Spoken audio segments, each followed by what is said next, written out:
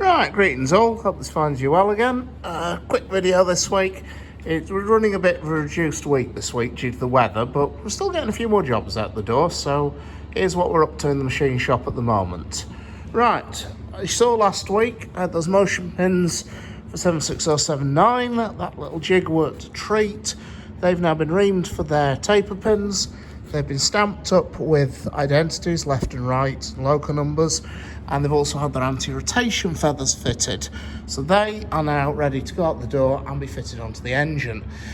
The other job which has worked its way up to the top of the pile is these, which are the clack boxes for Eric. I showed you these a couple of weeks ago. We've now got to the stage where we're actually doing something with them. Now you notice there's only one there. That's because the other one is currently sat in the Harrison lathe. Now what we've got here is we've got the body of the clack box, and what I'm doing is recutting the seat inside the body that the clack cage sits onto, because it's got quite badly steam cut. What's a steam cut? Well, a steam cut is when you have two surfaces like that. They don't quite fit together, like the cage into its seat. There's a small gap between them. In that opening, a jet of steam can come through, and that jet of steam, due to the scale and muck it's carrying, or just due to the sheer kinetic velocity of it, will cut a channel into the bronze. And so with that channel, then the leak develops, it gets worse, the channel enlarges, and so on and so forth. The only way to beat that is to actually machine the metal away, to remove that cut, and so then start again with fresh surfaces. And so that's exactly what we're doing here. Now, I've got this held in. I'm just going to wind the saddle back out of the way. I've got this held in, it's a 4-jaw chuck. A 4-jaw independent chuck, very creatively named really. It's got 4 jaws and they're independently adjustable. These have one very major advantage, that is you can hold any irregular shape you fancy in one of these, because these jaws here move in and out on their own adjusting screws. You can hold square, you can hold oval, you can hold round off centre, whatever you fancy, dead easy. And also, because of how they're built, because they're on their own individual screw threads, which they've got a much bigger engagement on than on a normal 3-jaw chuck, they'll also clamp with a far greater clamping force. And also, you've got 4 points of contact as opposed to 3. So you can see I've got the 2 jaws there on the top of the flange. There's 1 jaw underneath that I've had to reverse to get the clearance on this mounting flange here. And then we're all set to go. The next job I've had to do is I've had to dial that in so that it's actually running true in the lathe. To do this, I've taken the cap, I've fitted it into the body here, and then using a clock gauge, one of those, very versatile little things these, incredibly handy. You basically got your plunger here, that plunger, as it moves, any movement of that plunger is indicated on the dial. So if you stick that against something that's revolving, then that movement of that dial will in turn tell you how far at a true that object is. So what I've done is just put the cap into the thread here, run a clock gauge on the rim of the cap, and then from that I've been able to dial it in, as you say, so that the bore and the body is actually running as true as possible. It looks quite exciting when it's running, because you have got quite a large mass there, but we're not going that fast, we're only going 100 revs a minute.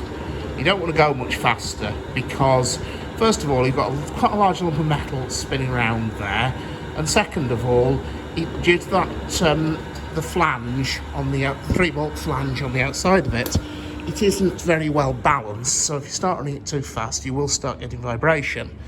Then what I'm going to do is go in with that boring bar and skim the seat through. Because, now at this point it gets slightly interesting, because in that hole you're actually going to be working totally blind. You trust me, when this thing's spinning you will not be able to see anything in there. So at this point, when I wind the tool in, I've now got the DRO to help me. We heard about DROs last week, and this is just going to show how versatile they are.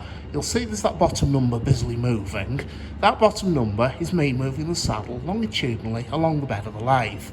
And when I reach 0, I've set this so that when that reaches 0, he says confidently, the tool should be just touching the seat in the bottom of the body. If we then go up to the top and upper number, you'll see that started to move again.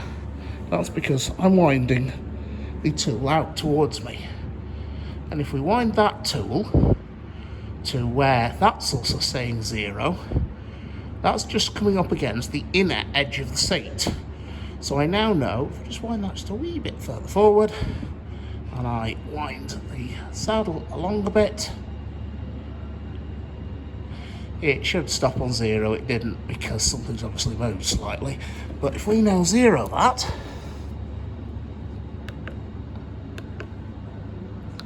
we now know that tool is now touching the seat. So, and I also now know that the tool is also just coming into engagement of the seat on the bore of it. So that makes because you're working totally blind, you're literally having to rely on those numbers. That's all you've got. So that'll make cutting it a lot more easy, basically, because otherwise you would literally be doing it by touch and by noise. You can hear the tool cutting, so you would be winding it in, listening for it to start cutting, and then working essentially blind. But it'd be a straightforward job. And I know it's a straightforward job. How do I know it's a straightforward job? Because we've already done one. In best Blue Peter fashion, if we look down the hole in here, you will see a nice, shiny, recut seat. So there's one already done, and we've now got number 2. The other job I'm doing is I'm just giving these cages, we don't have to worry about them, they're bits of 29. I'm also giving the cages a gentle seam too. They've been cleaned up to check for any signs of cracking, any signs of damage. And then if you come over to the vise here, I've also been treating the clack itself and the seat in the cage to a good lapping. Now what lapping is it's when you have 2 chunks of metal that you need to seal together and you want to remove any irregularities in the mating surfaces. To do that, you use lapping paste. It's basically a reasonably thin grease mixed with usually carborundum grinding paste. So what you would do is you take your clack, you'd go smear a lapping paste on there, you'd then offer the 2 up and rub them backwards and forwards. To do this, you also need a special tool. No jokes about Piglet, please. Here we are, one special tool. What happens with this is the clack would very simply wind on,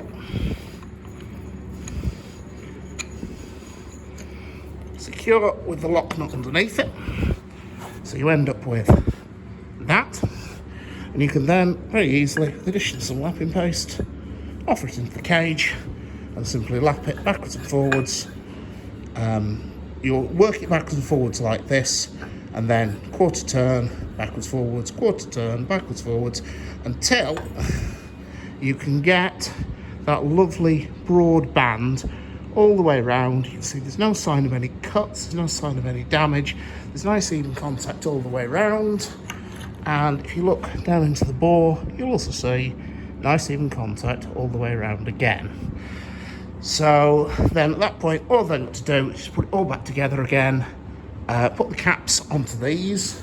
You'll see this cage is actually assembled all ready to go. It's got its cap on, so then the cage goes into the body.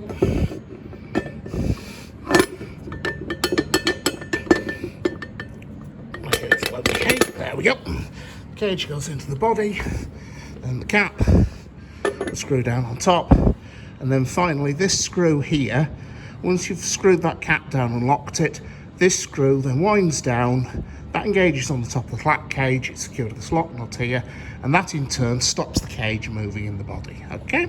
So then they can go back onto Eric, which is currently in the fab shop.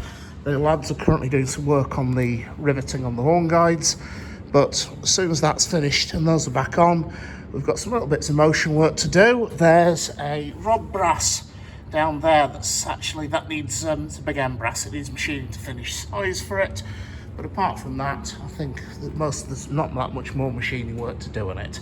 So anyway, that's the current state of play, folks. Hope you enjoyed it, hope you find it interesting, and take care, and I'll see you around.